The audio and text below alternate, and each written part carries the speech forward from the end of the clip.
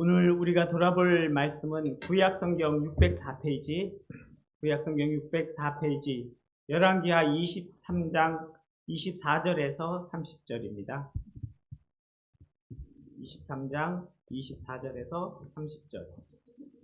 요시야가 또 유다 왕과 예루살렘에 보이는 신접한 자와 점쟁이와 드라빔과 우상과 모든 가증한 것을 다 제거하였으니 이는 대제사장 hil기야가 여호와의 성전에서 발견한 책에 기록된 율법의 말씀을 이루려 함이라.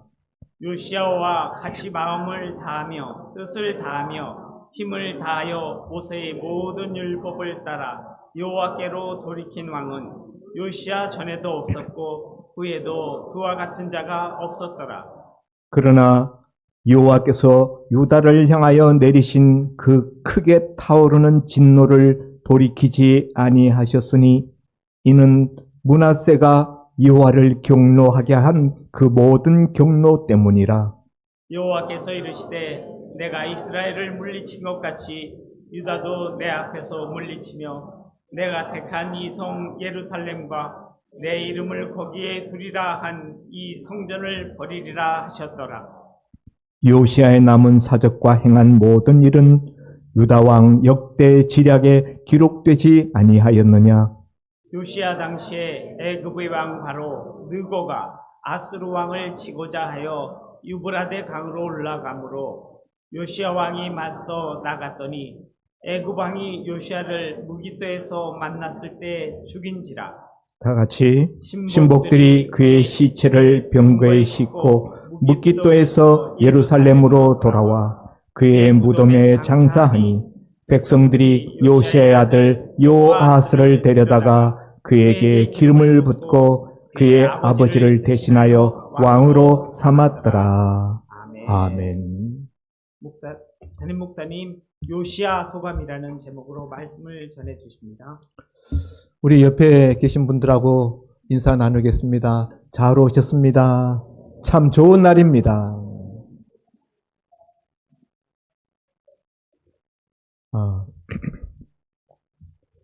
한 주간 동안 병원에 있다가 나와서 지금 배에 복대를 하고 지금 강단에 섰습니다. 지난 월요일 날 수술을 잘 받았고 5일 동안 병원에 있다가 그저께 퇴원했습니다. 성도님들이 많이 기도해 주시고 또 마음 써 주셔서 오늘 이 자리에 제가 다시 이렇게 서게 되어서 참 감사한 마음입니다. 병원에서 느낀 것은 일상이 얼마나 행복한 것인가 하는 거였어요. 우리가 매일매일 살아가는 일상이 사실은 평상시 때는 대수롭지 않게 당연한 것처럼 우리가 느끼고 살아가는데 막상 병원에 들어가서 수술을 받고 누워 있으니까 그 일상이 얼마나 행복한 시간들이었던가. 예. 일상을 영위하면서 별일 없다는 것, 특별히 무슨 좋은 일이 있어야 복된 것이 아니라 아무 일도 없는 그것이 얼마나 복된 일인가 하는 것을 실감했습니다. 집에 돌아오니까 집이 또 그렇게 좋더라고. 병원이 아무리 그냥 잘해줘도 통합병동에서 간호사들이 옆에서 다 시중 들고 그렇게 해줘도 내 집처럼 좋은 게 없어요. 이번에 보니까 우리 영혼 문제가 가장 중요하고 그 다음에 중요한 게 우리 건강이구나.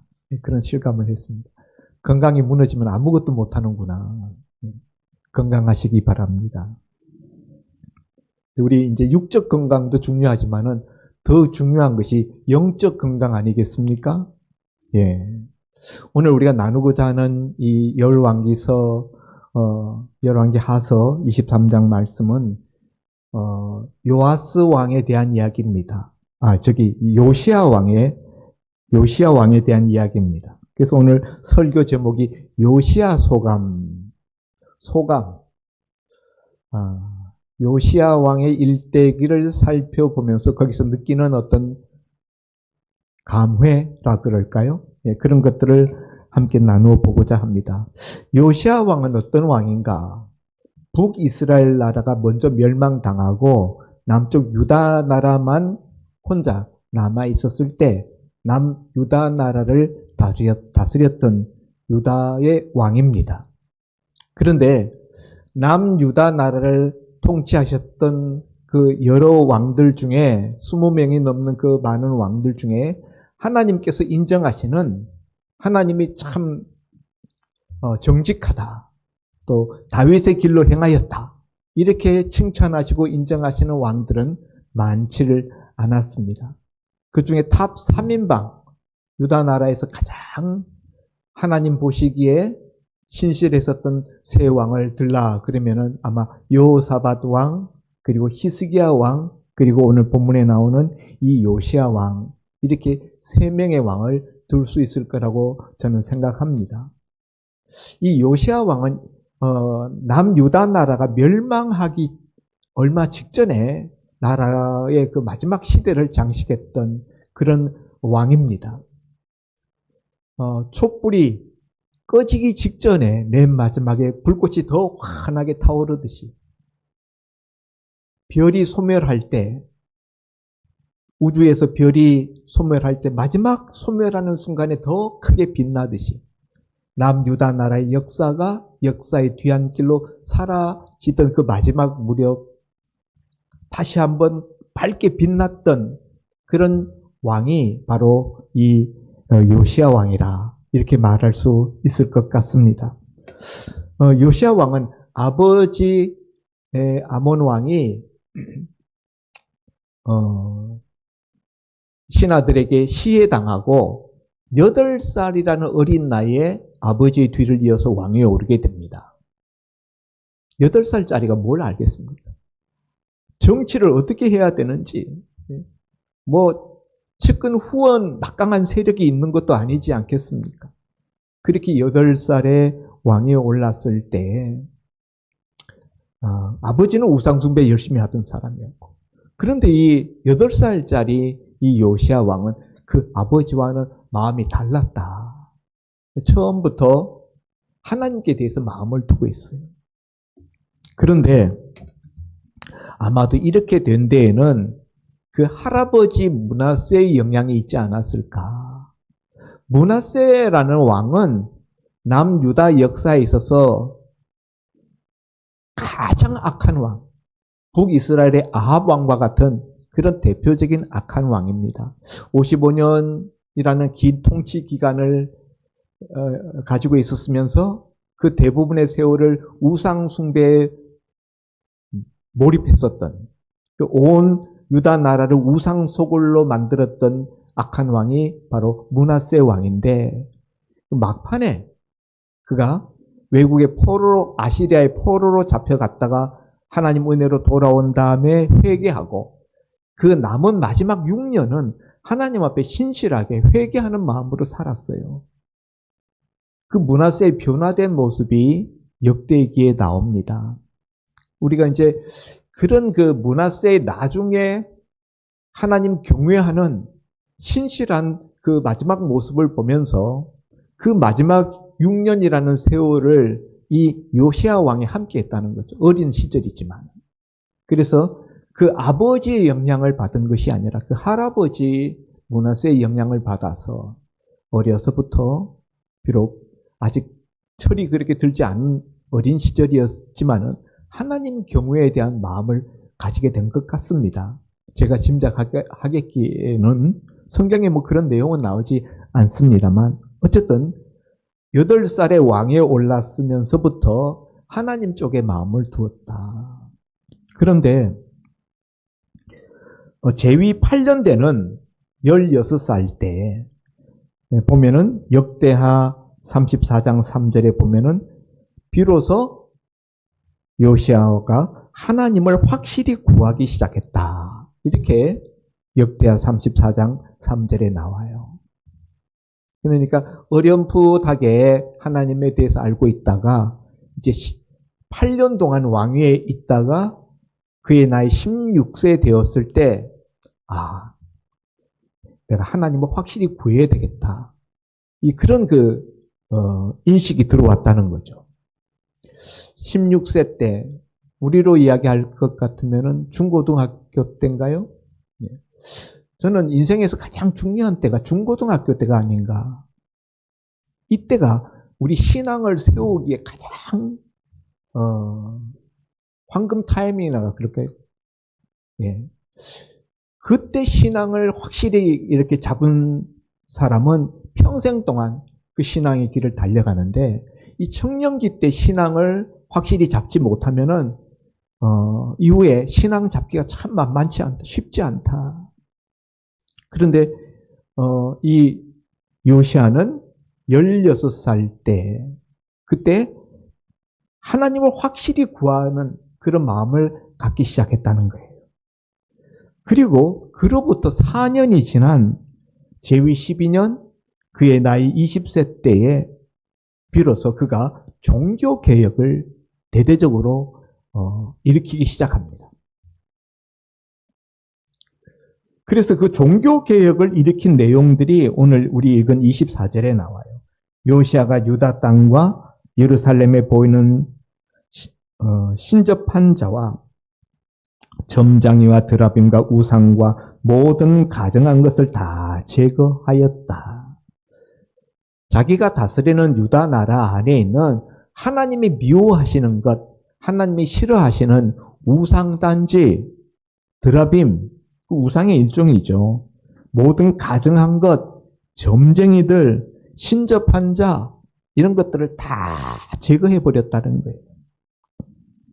이는 대제사장 hil기야가 여호와의 성전에서 발견한 책에 기록된 율법의 말씀을 이루려 함이라. 자, 여기 보면은 이 요시야 왕 때에 대제사장 hil기야라는 인물이 있었는데, 이 대제사장 hil기야가 성전을 청소하다가, 성전을 수리하다가 성전에서 여호와의 율법책을 발견하는 일이 생기게 됩니다.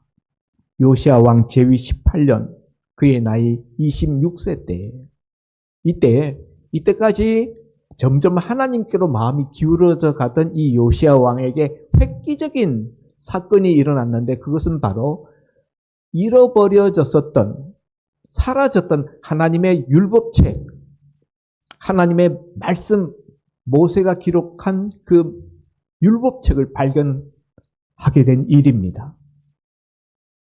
그의 나이 26세 때 이 율법책의 말씀을 왕에게 갖다 주니까 왕이 이 말씀을 읽고 큰 감명을 받습니다.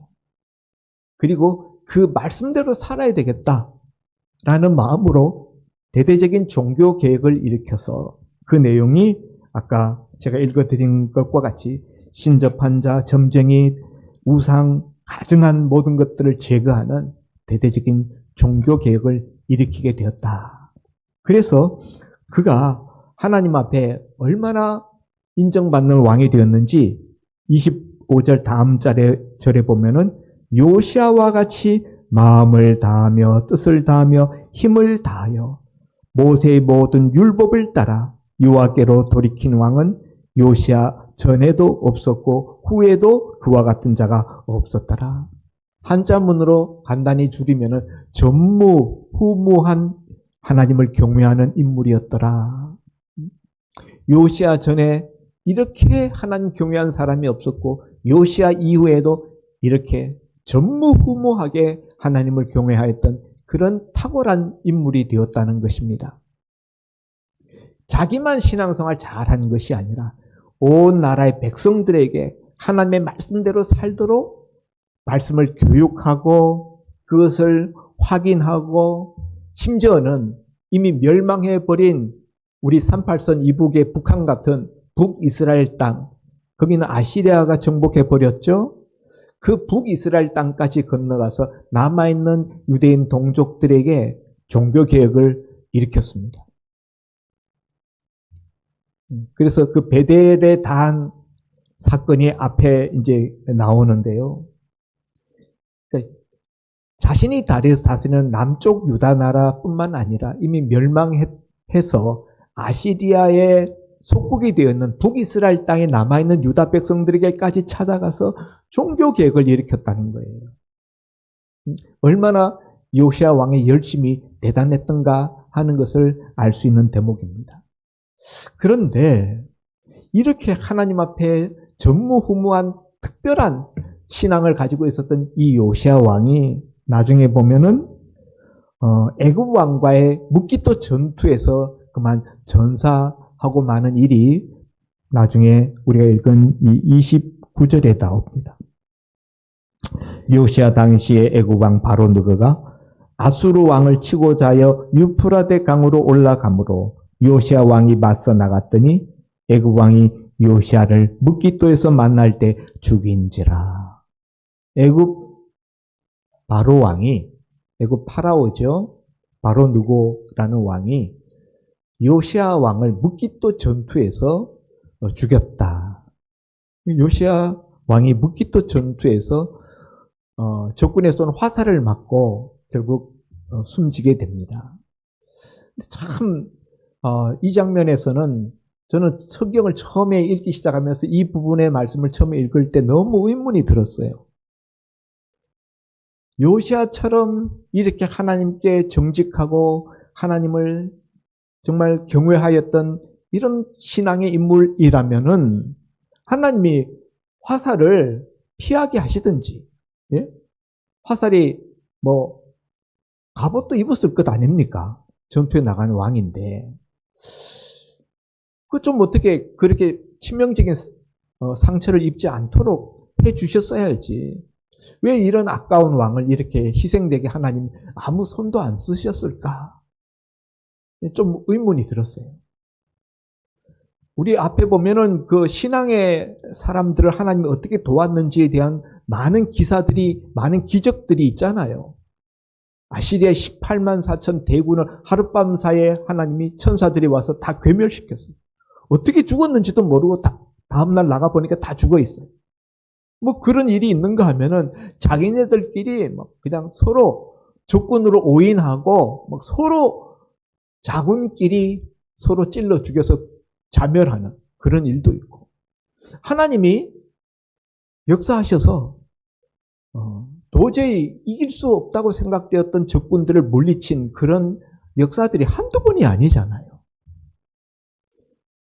그런데 이 요시야 왕과 같은 이런 탁월한, 이렇게 마음을 다하고 정말 뜻을 다하여서 이렇게 하나님을 힘을 다하여 섬겼던, 말씀대로 이루려고 했었던 그 요시야 왕을 하나님 왜 이번에는 아무 손도 안 쓰시고 그냥 죽게 하셨을까?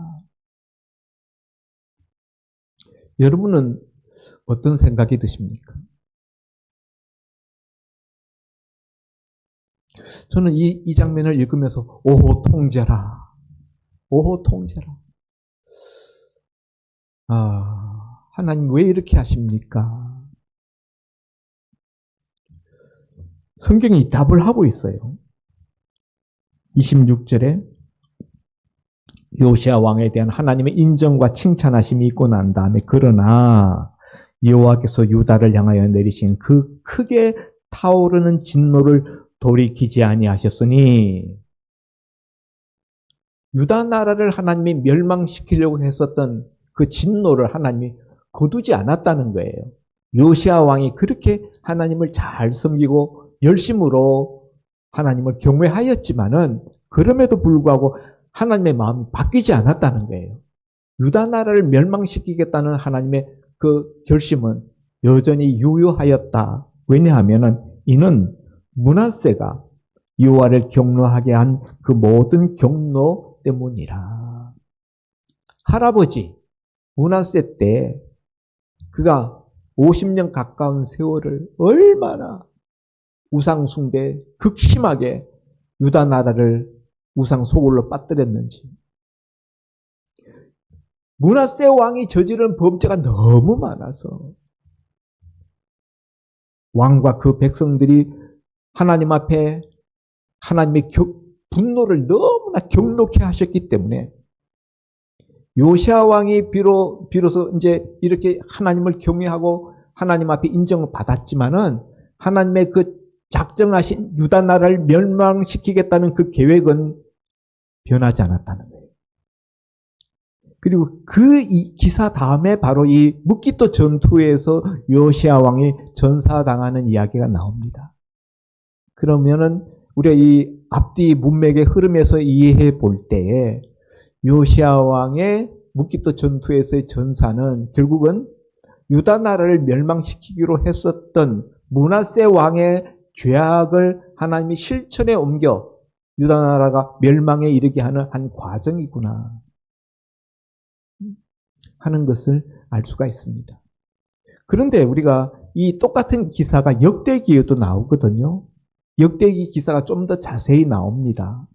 거기에 보면은 애굽 왕 바로 누구가 요시아 왕을 맞아가지고 요시아 왕이 애굽 왕 바로 누구의 애굽 군대를 막아서려고 요시아 왕이 직접 군대를 이끌고 므깃도로 올라갔습니다. 므깃도는 팔레스틴 땅에서부터 그러니까 유다로부터 시리아의 다마스커스 쪽으로 가는 그 길목에 있어요. 교통의 요지입니다. 전략적으로 아주 중요하죠. 그래서 역사가들은 그런 이야기를 합니다.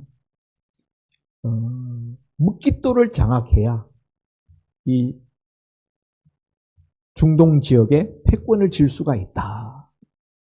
그리고 요한계시록의 마지막 전투, 우리가 아마겟돈 전투라는 것이 요한계시록에 나오는데 그 정확한 원어는 할 므깃도거든요. 할 므깃도 전투예요. 그걸 우리가 아마겟돈이라고 번역한 건데 므깃도 산에서의 전투라는 말이에요. 그러니까 세계 역사의 맨 마지막에 나오는 전투도 므깃도에서 결국 전투가 벌어진다는 것을 말해줍니다. 이 므깃도를 누가 장악하느냐? 이 므깃도에서부터 더 동남쪽으로 내려가면은 오늘날 이라크, 이란 이 지역, 옛날에 아시리아, 페르시아, 바벨론 그 나라들이 장악했던 그 지역을 장악할 수 있는 거예요. 이쪽에서 서쪽으로 남쪽으로 내려가게 되면은 팔레스틴과 심지어는 이집트, 애굽 지역까지 장악할 수 있는 거예요. 그 중간에 딱 그냥 노른자위처럼 박혀 있는 그곳이 바로 므깃도입니다. 근데 이 요시아 왕이 애굽 군대를 막아서려고 거기를 갔다가 애굽 왕이 그럽니다. 나는 너를 칠 생각이 없다. 너는 괜히 나와 싸워서 목숨을 잃지 말라. 그 애굽 왕 바로 누구가 사실을 이 팔레스틴을 통과해서 가서 전투를 벌이려고 하는 대상은요, 신흥 강대국으로 부상하고 있었던 바벨론 군대입니다. 바벨론의 나부콜라살 왕이 주변 지역을 장악하고 점점 세력을 넓혀서 아시리아가 다스리던 지역을 점령했어요. 심지어 아시리아의 수도 니누에까지 점령합니다. 그래서 아시리아 군대가 수도 니누에서부터 몰려나서 변방으로 쫓겨가 있는 거예요. 그러니까 역사의 수레바퀴가 세계의 역사를 아시리아 시대에서 바벨론 시대로 넘어가게 하는 그 바로 길목이에요. 그런데 애굽의 왕 바로의 입장에서는 보니까 새로 등극하고 있는 이 바벨론이라는 나라가 아시리아보다 더 강한 거예요. 그런데 그 아시리아가 중간에 바벨론과 애굽 사이에 완충 역할을 했는데 아시리아가 완전히 멸망해서 없어지고 나면 바벨론 군대가 애굽까지 넘어오겠다. 예를 들면 우리나라하고 중국 사이에 북한이 완충 역할을 하고 있잖아요. 네? 중국이 그래서 김정은이가 마음에 안 들어도 왈시를 못하고 그냥 받아주고 있잖아요. 직접 남한의 미군하고 부딪히는 거는 그건 중국 입장에서 너무 부담스러운 거죠. 그런 입장이 바로 애굽 바로 왕의 입장이었다. 그래서 아시리아가 지금 멸망해 가고 있는데 그래도 아시리아 넘어져 쓰러져가는 아시리아를 남겨둬야 바벨론과 애굽과의 사이에 완충지대 역할을 해주겠다라는 생각으로 아시리아 군대를 도우러 가는 거예요. 지금 우리 번역 성경에는 여기 애굽 왕 바로 누고가 29절에 아수르 왕을 치고자 하여 이렇게 되어 있는데요. 이제 우리 새번역 성경에 보면은 치고자 하여가 아니라 돕고자 하여 이렇게 번역되어 있어요. 그리고 여기 말하는 이 아수르 왕이라는 것이 사실은 정확한 표현은 바벨론 왕을 아수르 왕이라고 번역한 것이다. 표현한 것이다. 이렇게들 성경학자들은 봅니다. 그러니까 정확한 내용은 그 당시 역사적인 그 역사 자료들을 보면은 애굽 바로 왕이 무너져가는 아시리아 군대를 바벨론의 손에서부터 완전히 없어지지 않고 잔류케 하기 위해서 도우러 갔다는 거예요. 그런데 유다의 요시야 왕의 입장에서는 그동안에 아시리아에게 너무 많이 시달렸어요. 북이스라엘도 아시리아 군대가 멸망시켰잖아요. 동족 북이스라엘이 아시리아 군대에 멸망당했습니다. 그 이후에도 계속 아시리아에게 시달려 왔어요. 침입받고. 아시리아 그럼 이가 갈리는 거예요. 저것들은 완전히 죽어야 되는 것들이고 멸망당해야 되는 것들인데 애굽 왕 바로가 그 아시리아를 도우려고 온다는 거예요. 그러니까 요시야 왕 입장에서는 무슨 소리야? 아시리아 저것들 멸망해야 되는데 애굽 왕 바로는 왜 저것들을 돕는다고 나서 안 돼. 아시리아 바빌론에게 멸망당해야 돼. 그리고 자기 군대를 몰고 나갑니다. 그런데 바로 애굽의 바로 왕은 나는 너와 싸울 마음이 없어. 유다 왕 요시아야 너 정신 차려라. 근데 괜한 싸움에 끼어들어서 희생당하지 마라. 여호와께서 나로 하여금 하게 하시는 일이다. 이렇게 말하면서 요시아를 전투에 임하지 말라고 권면합니다. 근데 요시아가 듣지 않죠. 그리고는 그 바로 왕과 맞붙어서 싸워서 결국은 애굽의 군대가 유다의 군대와는 비교할 수가 없죠. 예. 바벨론과 상대해서 지금 싸우려고 가는 군대인데 결국 그 전투에서 유다가 패전하고 요시아 왕도 전사하고 맙니다. 이것을 보면서 이거는 하나님이 요시아 왕을 죽게 했다기보다는 요시아 왕이 자기가 가지고 있는 인간적인 입장, 선입견, 그리고 과거에 아시리아로부터 당해왔던 조상 대대로부터 가져왔던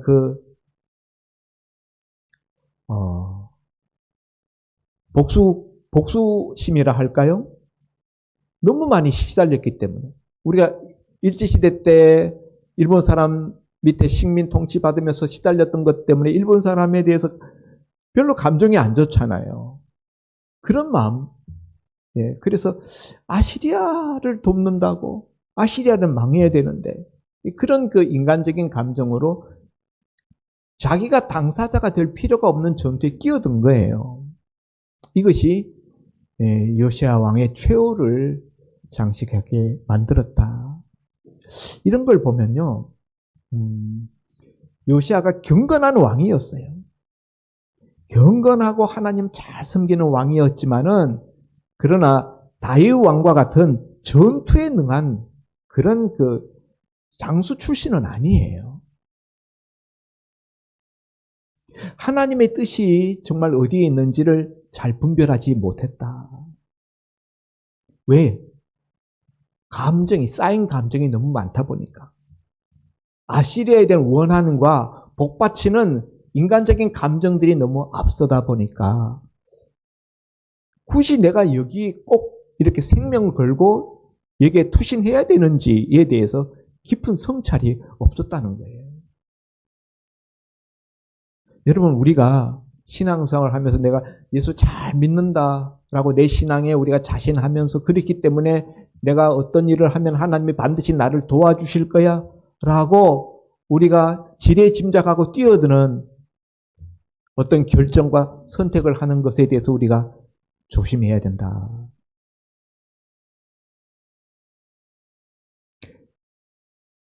정확한 하나님 뜻이 뭔지 몰라요. 때로는 하나님이 이방인, 하나님을 알지 못하는 이방인을 통해서도 하나님의 음성을 듣게 하십니다. 그 애굽왕 바로 누구가 한 말이 정말 하나님이 그에게 주신 말씀인지 아니면 하나님을 핑계로 하나님이 나로 이 일을 하게 했다. 너 나한테 덤비면 너 죽는다. 그게 하나님이 정말 바로에게 주신 말씀인지. 그래서 요시야로 하여금 싸우지 못하도록 하나님이 먼저 한 수 가르쳐 주신 계시의 말씀이었는지 바로 왕 자신이 만든 하나님 믿는 요시야 왕이니까 하나님을 핑계로 그렇게 말한 것인지는 정확하게 알 수 없어요. 그러나 어쨌든 이 부분에 있어서 요시야의 실수, 요시야의 문제가 있었다는 것이죠. 사랑하는 성도 여러분, 우리가 세상에서 어떤 일을 할 때 인간적인 감정이 내 속에 충만하면요, 하나님의 세밀한 뜻을 우리가 잘 헤아리지 못하게 됩니다. 대표적인 것이 오늘날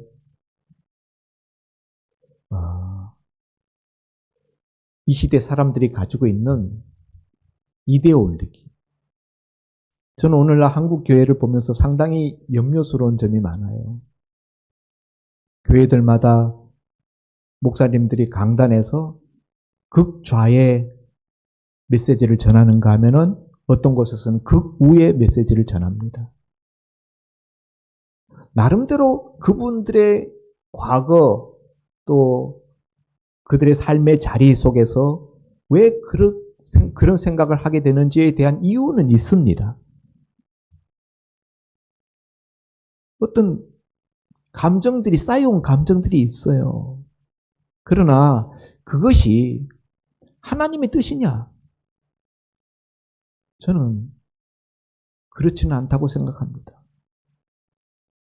하나님 말씀, 하나님의 뜻보다 우리가 가지고 있는 인간적인 선입견, 우리가 가지고 있는 사상, 이데올로기, 혹은 내가 가지고 있는 어떤 욕심, 이런 것들이 먼저 앞장서면은 그 다음에는 우리가 후회할 결과를 맞게 된다.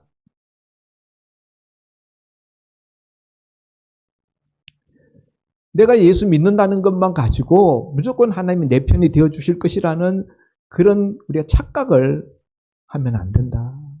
정말 우리가 그런 건 정확하게 마음을 비우고 정말 하나님의 뜻이 어디 있는지 진지하게 물어야 된다 하는 거 한 가지. 오늘 여러분 나눔하실 때 그거 나눠보시기 바랍니다. 두 번째로 하나님이 이미 므낫세 왕 때, 할아버지 므낫세 왕 때 유다 나라를 멸망시키기로 작정하셨어요. 그리고 결국은 그 일이 집행됩니다. 요시야 왕의 묵깃도 전투에서의 전사라는 것으로 현실화되고 요시야가 죽고 그 아들 대에 가서 유다 나라는 멸망당하고 맙니다. 그러면은 이런 하나님의 심판이 이미 다 작정되어 있다라는 것을 알면은 내가 뭐 이렇게 열심히 할 필요가 뭐가 있어? 하나님이 이미 멸망시키기로 이미 다 시나리오 다 짜놨다면은 내가 열심히 지금 종교개혁 일으키고 열심히 지금 신앙으로 돌아오고 백성들 말씀으로 교육시키고 이런 일을 할 필요가 있는가? 이런 생각할 수 있잖아요. 근데 요시야는 그 모든 것을 알고 있었음에도 불구하고 마지막 죽는 순간까지 나라를 하나님의 말씀으로 돌이키는 데 있어서 몸부림을 쳤다는 거예요. 그런데도 불구하고 이렇게 허망하게 죽었어요. 그러면은 그게 무슨 소용이 있냐고요? 얼핏 생각하면은 아유, 소용없어. 예수 잘 믿어도 죽는 거 보면 마지막 모습을 보면 그게 그거야. 이렇게 볼 수도 있어요. 그러나 여러분, 그게 아니라는 걸 알아야 합니다. 역사는 길게 봐야 돼요. 요시야 왕이 죽고 난 다음에 요시야의 아들들이 왕이 올랐을 때 나라는 다시 할아버지 므낫세 때처럼 우상 숭배하는 옛 모습으로 돌아가 버립니다. 그리고 유다 나라는 BC 586년에 결국은 바벨론 제국에 의하여서 멸망당합니다. 그런데 바벨론이 BC 605년에 이스라엘에 쳐들어와서 1차 바벨론 포로들을 잡아가는데 여호야김 왕 때에 요시야의 아들 여호야김이 다스릴 때 1차 포로로 잡아가는데 그 1차 포로 중에 누가 있어요? 다니엘과 사드락과 메삭과 아벳느고. 다니엘과 그 친구들이 바벨론 땅에 포로로 끌려갑니다. 거기 끌려가서 뜻을 정하고 왕의 주는 포도주와 왕의 진미 고기 음식으로 자신을 더럽히지 아니하리라 결심하고 그것들을 거절합니다. 그리고 그 다니엘이 바벨론의 총독이 됩니다. 여러분, 이 소년들은 어디에서 믿음을 얻은 걸까요? 그 당시 불과 한 16세 정도 되는 이 소년들은 언제 믿음을 얻은 것일까요? 이들은 요시야 왕의 종교개혁 시기 동안에 그 부모들이 요시야 왕의 그 권면과 그 설득을 받고 자녀들을 믿음으로 양육했던 바로 그 자녀들이 다니엘과 그 동무 소년들이에요.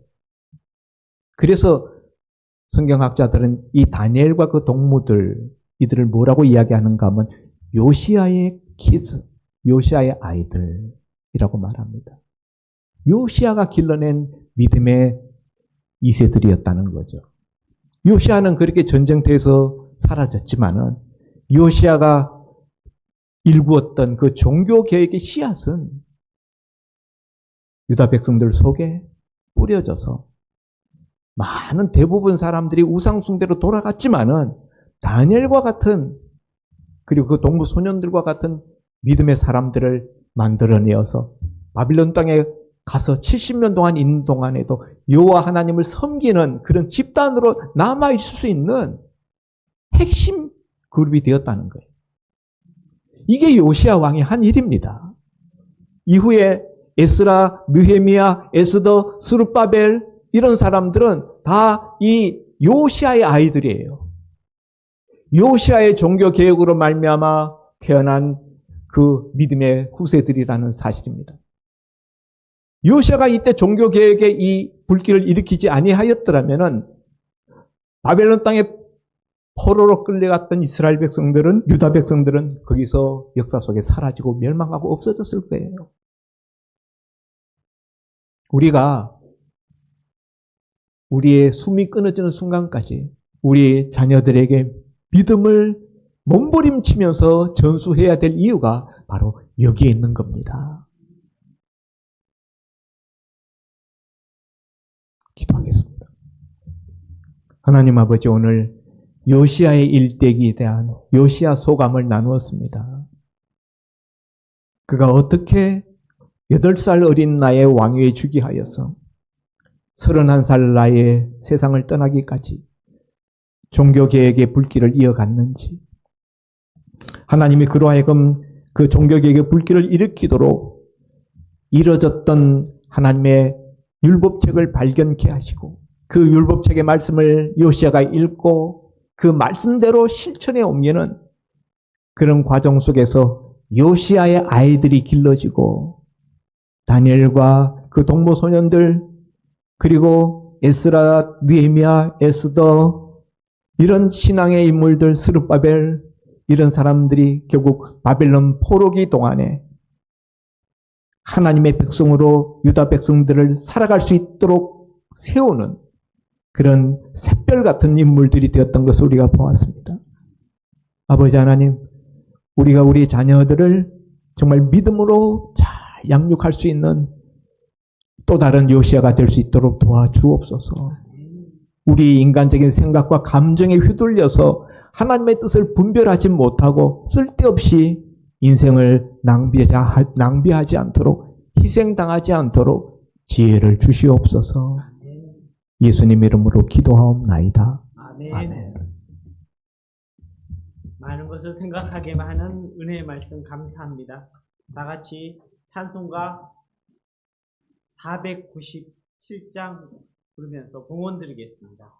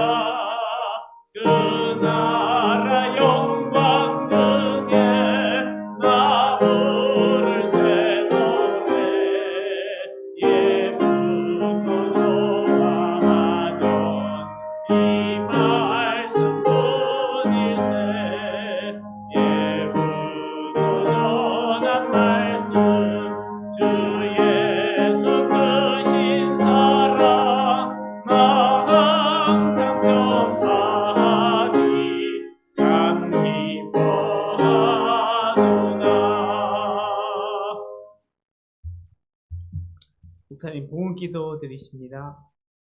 참 좋으신 아버지 하나님, 오늘 요시아를 통하여서 우리가 어떻게 살아야 될 것인지를 다시 한번 우리 마음속에 생각하게 하신 주님, 요시아가 멸망당할 조국의 운명을 다 알면서도 자신의 최선을 다하여서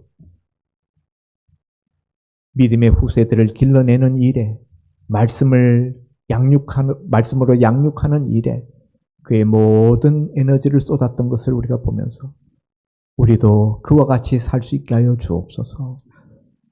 말씀 들은 것으로 끝나지 않게 하시고 먼저 내가 실천하게 하여 주시옵소서. 이 시간 받은 은혜를 감사하며 하나님 앞에 이모저모로 예물을 드렸습니다. 드린 손길들 주님 기억하시고 먼저 저들의 영혼이 잘 되게 하여 주옵소서. 그리하여 그 영혼이 잘 됨과 같이 범사에도 잘 되게 하시고 육신에도 강건함을 허락하여 주옵시사. 그 손으로 그 발로 무슨 일을 도모할 때 주의 오른손이 함께하여 형통함을 이루게 하여 주옵소서. 이 드려진 예물 주의 손에 올려드립니다. 주께서 쓰시고자 원하시는 곳에 요긴하게 쓰임받게 하시고 하나님 나라가 확장되게 하여 주옵소서.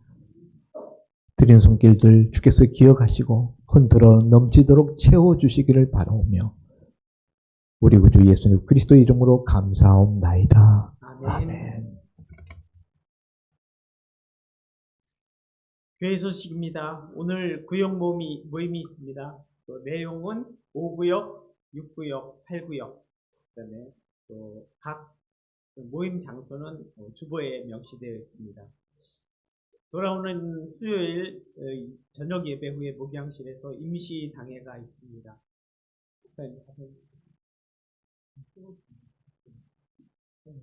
오늘 새로 오신 처음 뵙는 분 혹시 일어서 주실 수 있으신지.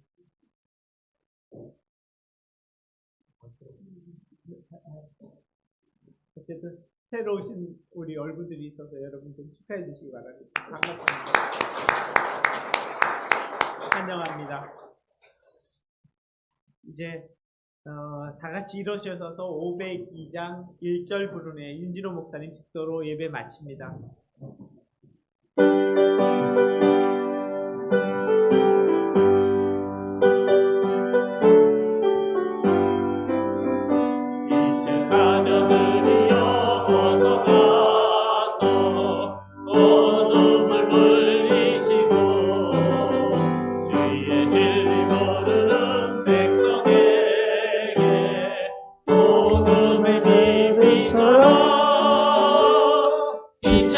사자들이여 복음의 배빛처럼 죄로 얻은 바 밝게 비춰라 빛의 사자들이여.